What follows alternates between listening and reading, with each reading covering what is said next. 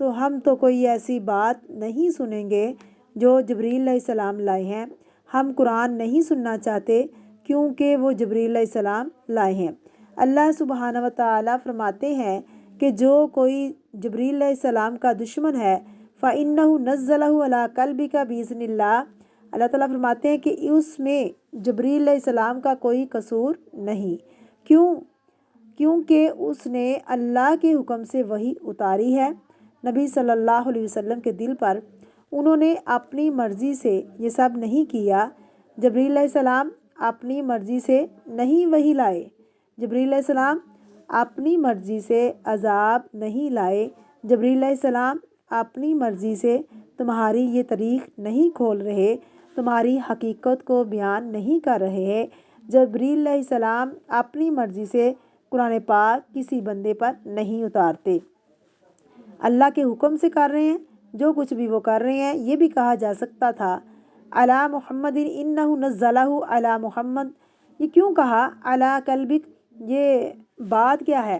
اصل بات یہ تھی اشربو فی قلوبہم العجل، اس کے بجائے اس کے برعکس محمد صلی اللہ علیہ وسلم کے دل پر کیا تھا؟ قرآن پاک۔ ان کے دل میں کیا تھا؟ بچڑے کی محبت۔ اور آپ صلی اللہ علیہ وسلم کے دل پہ کیا تھا؟ قرآن پاک۔ قرآن پاک کو دل میں اتارا۔ دل ایسا مقام ہے جو کسی چیز کو اگر سمیٹ لے تو چیز محفوظ ہو جاتی ہے۔ جو چیز آپ کے دل میں آ جائے یا دل کو لگ جائے پھر وہ آپ کو نہیں بھولتی۔ جو چیز آپ کو پسند آ جائے وہ پھر آپ کو ہر وقت یاد رہتی ہے، اٹھتے بیٹھتے سوتے جاگتے۔ اسی طرح اگر قرآن پاک ہمارے دل کو لگ جائے، اگر ہمارے دل کے اندر آ جائے، ہمارے دل میں اتر جائے تو پھر اس کا یاد کرنا، ٹیسٹ دینا، اسائنمنٹ دینا کوئی مشکل نہیں ہوگا۔ لا یفقہون بہا ایک اور جگہ پہ آتا ہے قرآن پاک میں، دل کا کام بتایا گیا۔ دل معرف ہے، کس کا خزانہ ہے؟ دل معرف کا خزانہ ہے، عقل اور فہم کا خزانہ ہے دل۔ قرآن پاک میں فرمایا لاہم قلوب لا یفقہون بہا، ایک اور جگہ پر آتا ہے فتکون لہم لا یعقلون بہا۔ تو قرآن پاک کے الفاظ میں دل عقل کنٹین کرتا ہے، یعنی دل اور دماغ کا ایک تعلق ہے۔ پہلی چیز دل پہ آتی ہے پھر دماغ میں جاتی ہے۔ تو قرآن پاک نبی کریم صلی اللہ علیہ وسلم کے دل پر اترا، مصدق کلمہ کنفرم کرتا ہے کس چیز کو؟ بین یدیہ، اس سے پہلی کتابوں کو، یعنی تورات اور انجیل کو، اور یہ ثبوت ہے اس کا حق ہونے کا۔ قرآن پاک کیا ہے؟ وہودن، ہدایت ہے، اور کیا ہے؟ بشرا، خوشخبری ہے۔ لیکن کس کے لیے؟ مومنین کے لیے، مومنین کے لیے خوشخبری ہے۔ تو اس آیت سے یہ پتہ چلتا ہے کہ جبریل علیہ السلام کا ایک بہت اہم مقام ہے، اللہ کے اطاعت گزار فرشتے ہیں، اور ان کا بڑا مقام کس لیے ہے کہ وہ قرآن پاک لے کے آئے ہیں، حامل قرآن ہے۔ جبریل علیہ السلام کی فضیلت کس وجہ سے ہے؟ قرآن پاک لانے کی وجہ سے۔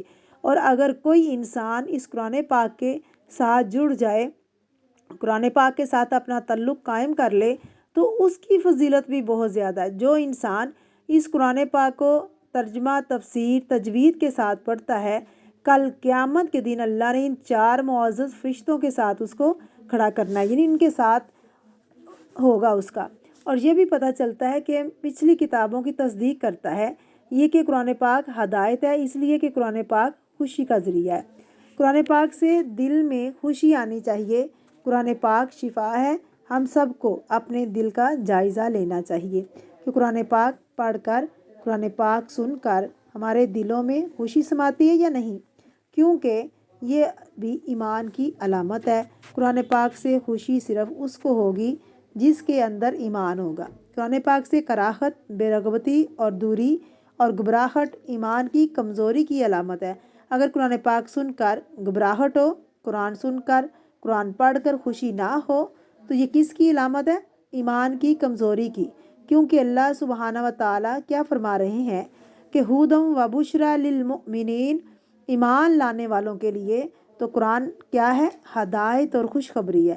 اپنے اپنے دلوں کا جائزہ لیں کہ واقعی یہ خوشخبری، یہ بشریٰ ہے کہ قرآن پاک کو دیکھتے ہی، پڑھتے ہی، سنتے ہی، سمجھتے ہی جو سمجھ میں آتا ہے دل کے اندر ایک خوشی کی لہر آنی چاہیے۔ پھر دل مطمئن ہونا چاہیے اور ساتھ اللہ سے دعا کرنی چاہیے کہ اللہ اس قرآن کے نور سے ہمارے ذہنوں کو منور فرما اور اس کی خوشبو سے ہمارے دلوں کو معطر فرما۔ اللہ ہمیں حافظ قرآن بنا، عالم قرآن بنا، عالم حدیث بنا۔ آمین ثم آمین۔